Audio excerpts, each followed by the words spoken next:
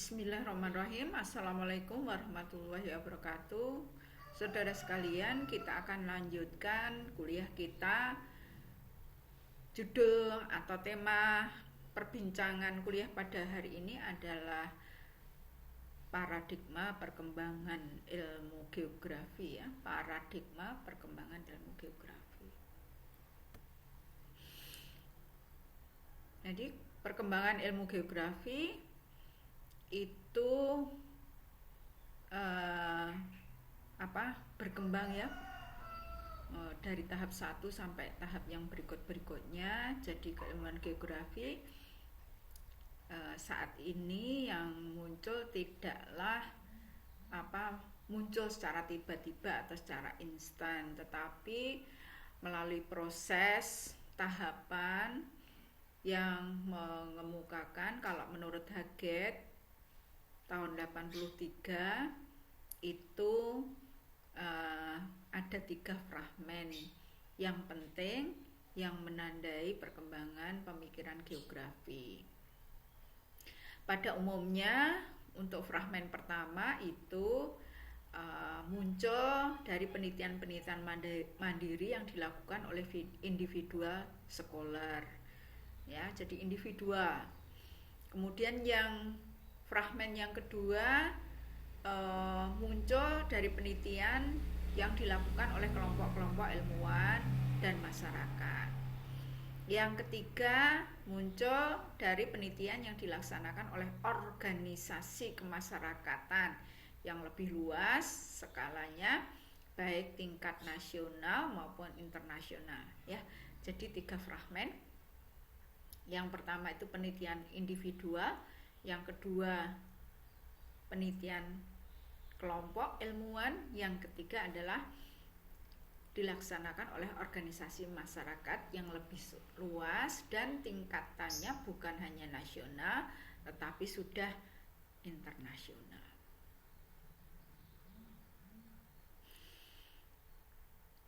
Nah, keterkaitan paradigma keilmuan geografi dengan pendekatannya ya. Sekarang kita akan bicara mengenai hubungan antara paradigma keilmuan geografi dengan pendekatannya. Nah, ini paradigma geografi nanti ada 5 gitu ya. 5 itu yang 3 masuk pada tradisional paradigma gitu ya. Yang 2 itu masuk pada paradigma contemporary gitu. Jadi untuk yang tradisional, paradigma tradisional ya, ini ada 3 tadi ya, dibagi menjadi 3. Itu tradisional paradigma yang masuk pada exploration paradigma. Apa ini karakteristiknya? Nah, pada saat ini tadi ya, berdasarkan atas fragmen tadi ini dilakukan oleh perorangan. Nah, karakteristiknya adalah karena saat itu manusia itu belum tahu ya bumi itu seperti apa, maka yang muncul pertama adalah karakteristiknya membuat satu peta.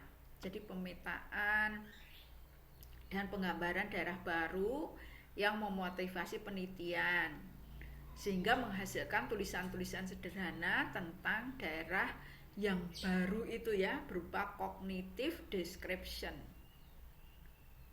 Jadi mereka itu sebetulnya belum kenal walaupun sudah ada, tetapi lingkungan sekitar belum tahu, sehingga yang dilakukan adalah pemetaan dan penggambaran daerah yang baru sehingga nantinya menghasilkan penelitian. Tulisan dulu ya, tulisan yang sederhana dan memotivasi untuk melakukan penelitian. Nah, paradigmanya apa tadi? Exploration paradigm. Nah, pendekatannya apa yang dilakukan? Pendekatannya adalah belum mempunyai ciri khusus karena saat itu dianggap belum berupa metode ilmiah. Jadi nanti kalau Anda sudah masuk mengambil metode penelitian geografi gitu, apa itu yang disebut metode penelitian, metode ilmiah ya.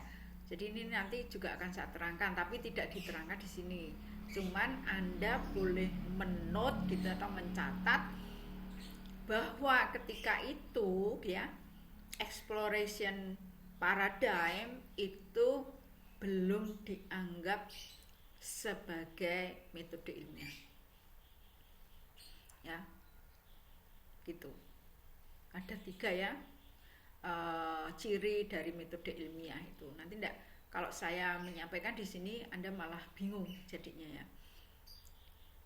Kemudian yang kedua itu environmentalism paradigm. Namanya juga lingkungan gitu ya, environmentalism paradigm. Berarti di sini apa? Menganalisis gitu ya tentang peranan elemen lingkungan terhadap pola kegiatan manusia. Analisis peranan elemen lingkungan terhadap pola kegiatan manusia. Analisis morfometrik dan kausalitas mendominasi serta difokuskan hanya pada suatu wilayah tertentu. Nah, oleh karenanya pendekatannya adalah karena tadi environmentalism paradigm, pendekatannya adalah ecological approach. Kemudian yang ketiga yang masih masuk pada traditional paradigm, regionalism paradigm.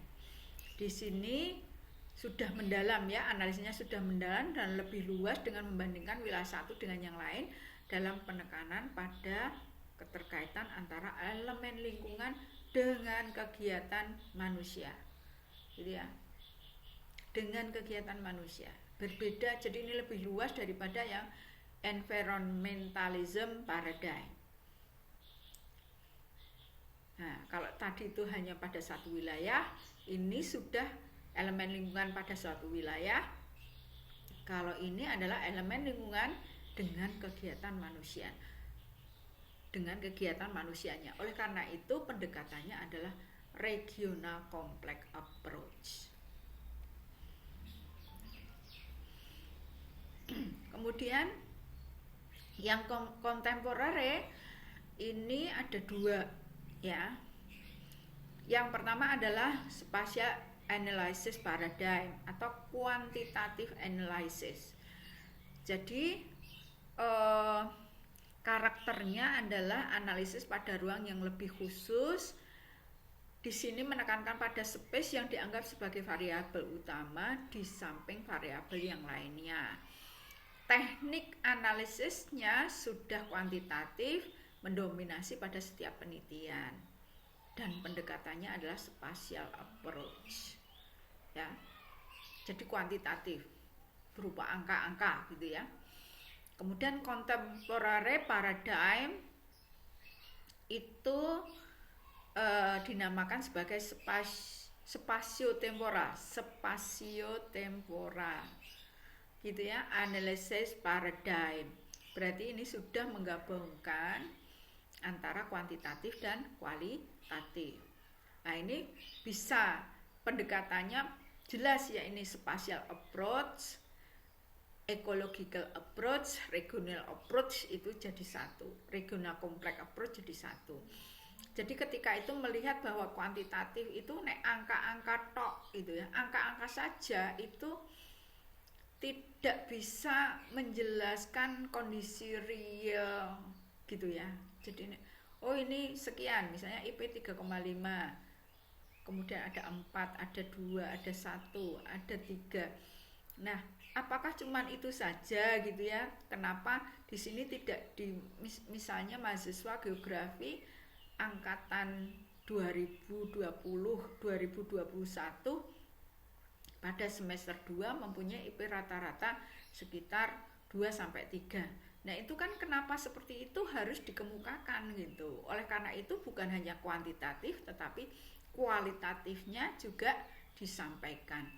Oleh karenanya di sini pada spatiotemporal analysis paradigm, ini analisis pada ruang dan wilayah dalam dimensi temporal, ya, spasio-temporal tadi ya, temporal, dengan menekankan pada pendekatan kualitatif. Tadi yang sebelumnya kuantitatif ya, kuantitatif digabung dengan kualitatif, karena pendekatan kuantitatif semata belum mampu mengungkapkan the real world, kenyataan gitu ya. Jadi kenapa ada yang bisa IP3, ada yang cuman 2, kenapa sama-sama materinya sama, itu ada apa gitu, kok ada perbedaan. Nah, itu harus diungkapkan gitu ya intinya ya. Kemudian sekarang masuk pada paradigma eksplorasi atau exploration paradigm. Paradigma eksplorasi merupakan perkembangan awal dari geographical thought yang pernah dikenal arsipnya. Kekhasan paradigma ini terlihat dari upaya pemetaan, penggambaran tempat baru yang belum banyak diketahui, dan pengumpulan fakta-fakta dasar yang berhubungan dengan daerah sebelumnya yang belum banyak diketahui. Jadi mengeksplor itu yang belum diketahui itu dilakukan pengumpulan data sehingga mengetahui daerah itu seperti ini, yang lain seperti itu gitu ya, eksplorasi. Nah, dari kegiatan ini kemudian muncul tulisan, gambar, peta daerah yang baru dan menarik, sehingga menumbuhkan motivasi yang kuat bagi para peneliti untuk lebih menyempurnakan produk yang sudah dihasilkan sebelumnya, baik berupa tulisan maupun peta-petanya. Jadi peta dulu itu tidak sebagus yang sekarang ya. Kalau Anda melihat dari sejarah geografi, nanti Anda bisa melihat petanya sederhana, kemudian tulisannya sederhana. Nah, ini peta-petanya sebelumnya itu diperbaiki lagi gitu ya. Kemudian dari eksplorasi ini maka akhirnya ditemukan daerah yang baru yang sebelumnya belum banyak dikenal oleh masyarakat luas, mulai bermunculan pada saat itu. Sifat dari produk yang dihasilkan berupa deskripsi klasifikasi wilayah beserta fakta-faktanya di lapangan. Nah, tadi eksplorasi ini paradigma kelingkungan, environmentalism paradigm. Nah, paradigma ini muncul ke permukaan di abad 19. Tahu ya, abad 19 itu berarti tahun 18-an sekian gitu. Jadi saat itu pendapat mengenai peranan besar dari lingkungan fisik terhadap pola kegiatan manusia di permukaan bergaung sangat nyata. Jadi kegiatan manusia itu lingkungan itu membentuk sebuah pola-pola kegiatan manusia gitu yang berbeda. Kalau lingkungan berbeda maka polanya berbeda. Hal inilah yang kemudian dikenal sebagai pola pikir geographical determinism. Kenapa? Karena di sini ada yang perlu digarisbawahi apa? Lingkungan fisik terhadap pola kegiatan manusia. Berarti geografinya adalah determinism. Manusia bergantung pada alam. Bahkan sampai dengan pertengahan abad 20, ide-ide ini masih terasa. Ya, masih dilakukan. Bentuk-bentuk analisa morfometrik dan analisa kausalitas mulai banyak dilakukan. Nah, kemudian ya semuanya karena proses ya berubah gitu.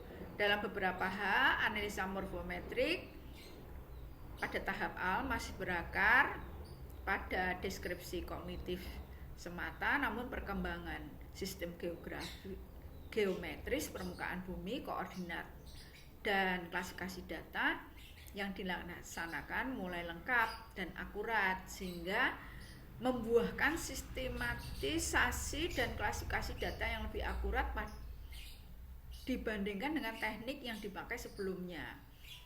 Jadi di sini muncul analisis jaringan untuk mempelajari pola-pola dan bentuk-bentuk. Ya, jadi di sini sudah mulai ada klasifikasi data, gitu ya. Ada klasifikasi data. Kemudian dilanjutkan masuk ke tahap berikutnya pada paradigm environmentalism ini, upaya untuk menjelaskan kondisi fenomena tertentu, khususnya adalah human fenomena oleh elemen-elemen lingkungan fisik, mulai dilaksanakan lebih baik dan lebih sistematik. Nah, akar dari latar belakang analisis hubungan antara manusia dengan lingkungan bermula dari sini ini ya. Perkembangannya kemudian nampak bahwa analisis hubungan antara manusia dengan lingkungan alam telah memunculkan pandangan baru dalam menempatkan manusia pada ekosistemnya. Jadi bukan hanya tergantung pada alam, tetapi manusia juga mempunyai peran terhadap alam.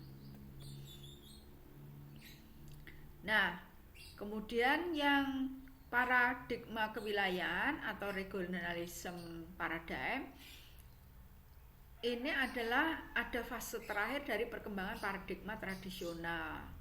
Ya, di sini nampak ada unsur fact finding tradition of exploration di satu sisi dan upaya memunculkan sintesa hubungan manusia dengan lingkungan pada sisi yang lain mewarnai paradigma ini. Hubungan manusia dengan lingkungan ya pada sisi yang lain. Konsep-konsep region bermunculan sebagai dasar pengenalan ruang yang lebih detail. Kemudian setelah itu wilayah sudah ditinjau dari segi tipe-tipenya. Wilayah ditinjau dari segi hierarkinya gitu ya. Ya tipenya tadi ya kita sudah menggambarkan di awal. Oh ya wilayah ada yang wilayah kota kecil, kota menengah, kota metropolitan gitu ya. Itu sudah ada klasifikasinya. Nah, dari segi hierarkinya ditinjau dari segi kategorinya gitu ya. Nah ini ada the single topic, double topic, multiple topic, combined topic, total region adalah beberapa contoh konsep yang muncul sejalan dengan perkembangan paradigma regionalism ini dalam membantu analisis. Kemudian di samping itu temporal analysis sebagai salah satu bentuk dimensi dalam kausal analisis berkembang pula pada periode ini. Ya, David Harvey 69, wow ini sudah lama tapi masih dipakai sampai sekarang ya karena ini Indo ilmu. Sementara itu Le mengatakan bahwa penekanan studi wilayah ini adalah tetap pada bentuk-bentuk karya manusia dan keterkaitannya dengan bentang alamnya yang sangat berpengaruh terhadap kegiatan manusia itu sendiri. Nah, paradigma kontemporer pada masa ini mulai terjadi perkembangan baru di bidang metode analisis kuantitatif dan model building. Perkembangan paradigma geografi pada masa ini juga disebut sebagai paradigma analisis keruangan atau the spatial analysis paradigm. Salah satu ciri geografi kontemporer adalah ada kecenderungan spesialisasi gitu ya. Ditinjau dari teknik analisisnya, periode perkembangan paradigma kontemporer dibedakan menjadi periode perkembangan analisis kuantitatif dan perkembangan penggabungan analisis kuantitatif dan kualitatif. Paradigma kuantitatif muncul sejalan dengan munculnya revolusi kuantitatif dengan ditemukannya alat hitung elektronik dan teknik analisis baru. Jadi kita sudah menggunakan teknik-teknik perhitungan ya, gitu ya, pakai statistik. Pada pendekatan ini variabel yang dianalisis lebih terbatas dan tertentu sifatnya sesuai dengan hipotesa yang dikemukakan, sehingga hasil yang diperoleh terbatas pada uji hipotesis yang dikemukakan sebelumnya. Jadi mungkin nanti di semester 3 statistik ya Anda nanti akan mempelajari. Nah ini kuantitasnya sudah masuk pada pakai alat bukan hanya matematik saja tetapi pakai statistik.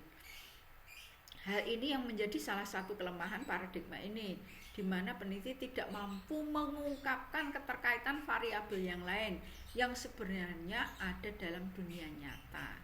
Karena yang namanya statistik itu kan terbatas gitu ya, terbatas. Regresi itu hubungan yang sederhana satu dengan satunya, yang multiple satu dengan yang banyak yang lain, tetapi ini dibatasi yang lainnya tuh. Nah, ternyata ada faktor yang lain lagi di luar yang kita perhitungkan, gitulah kelemahannya begitu itu.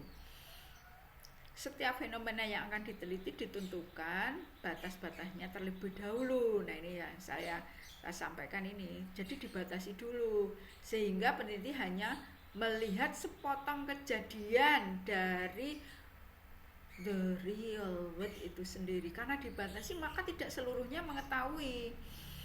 Atas dasar inilah maka para pakar menyadari pentingnya analisis kualitatif sebagai suatu yang melengkapi analisis kuantitatif untuk mampu memahami the real world yang merupakan fokus penelitian geografi. Jadi tadinya tuh kuantitatif, tapi kuantitatif itu ada yang lain gitu ya, yang mempengaruhi suatu kejadian yang ada di permukaan bumi. Oleh karena itu perlu ada kualitatif. Nah, paradigma yang kedua menggabungkan pendekatan kuantitatif dengan kualitatif. Hal ini muncul sebagai akibat tidak mampunya pendekatan kuantitatif untuk menjawab realita kehidupan tentang sistem yang diwarnai bentuk hubungan antara komponen wilayah dan tidak berdiri sendiri, tetapi sangat kompleks sifatnya.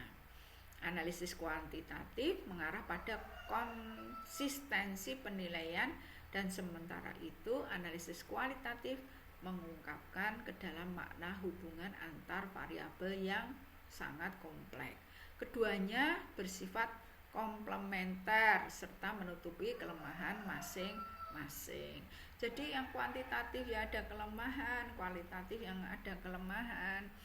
Akhirnya keduanya digabungkan untuk saling menutupi kelemahan-kelemahan yang muncul di antara keduanya.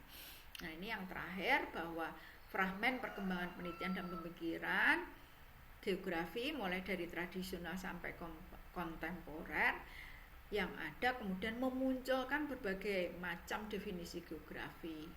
Namun demikian, dari sekian definisi geografi dengan berbagai versi ternyata mengungkapkan kesamaan mendasar dalam pandangannya, ya seperti itu. Kemudian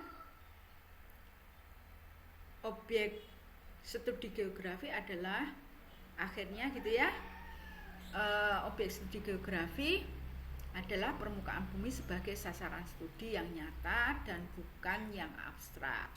Objek ini selalu dikaitkan dengan kepentingan manusia, human oriented, human centered in nature, sebagai environment of humanity, yaitu an environment that influence how people live, lingkungan mempengaruhi kehidupan, and organizes themselves, and at the same time an environment that people help to modify and build, gitu ya. Jadi mempengaruhi people life, kemudian mereka mengorganisasinya sehingga suatu saat itu pada saat yang sama lingkungan dari manusia itu memodifikasi gitu ya, berkaitan antara satu dengan yang lainnya dan membentuk suatu hal yang baru. Studi geografi menekankan pada spatial organization dan hubungan ekologisnya dengan manusia. Bagaimana pemanfaatan ruang dengan baik, pemanfaatan sumber daya dengan baik, dan bagaimana organisasi wilayah dapat ditata untuk mencapai visi sustainability.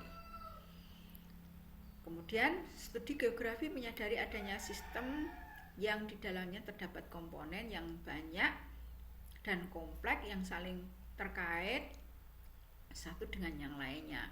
Hal ini mengisyaratkan adanya ide bahwa gangguan atau perbaikan pada salah satu komponen wilayah dapat berimbas positif maupun negatif terhadap komponen yang lain baik dalam skala wilayah, nasional maupun global. Sekian dulu dari saya, terima kasih. Jadi ini adalah berkaitan dengan paradigma geografi, filosofinya gitu ya. Ini memang harus dibaca berkali-kali, kalau sekali aja tidak paham.